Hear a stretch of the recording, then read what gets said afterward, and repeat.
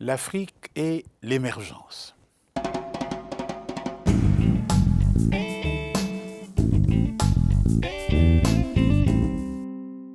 Émergence, émergence.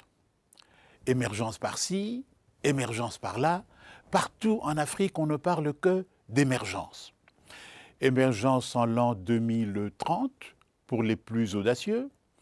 Émergence en l'an 2050 pour les plus prudents. Que veut dire exactement cette émergence? S'agissant des économies africaines, on a parlé d'abord, à l'époque de la colonisation, de mise en valeur.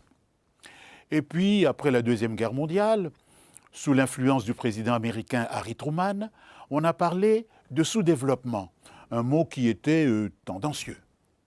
Et puis, au moment des indépendances, avec l'optimisme de la libération, on a parlé de pays en voie de développement. Et aujourd'hui, on dit émergence. Qu'y a-t-il de commun entre les pays africains et les pays qui sont effectivement émergents? Le Brésil, la Russie, la Chine, l'Afrique du Sud aussi, dit-on. Qu'y a-t-il donc en commun? En vérité, très peu de choses.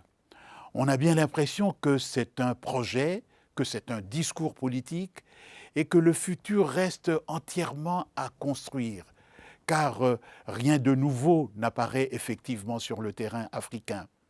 Pas de révolution agricole, pas de révolution industrielle, presque pas de révolution technique.